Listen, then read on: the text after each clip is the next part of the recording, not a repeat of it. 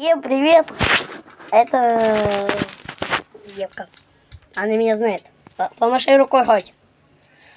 Она тут играет хорошо, хорошо и отлично. Короче, мы на базе отдыха сейчас, 14-й домик. Заходите все. Пока!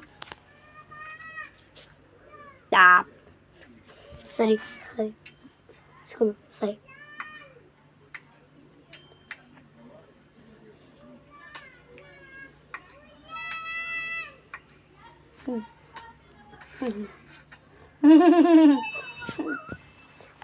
Всем пока!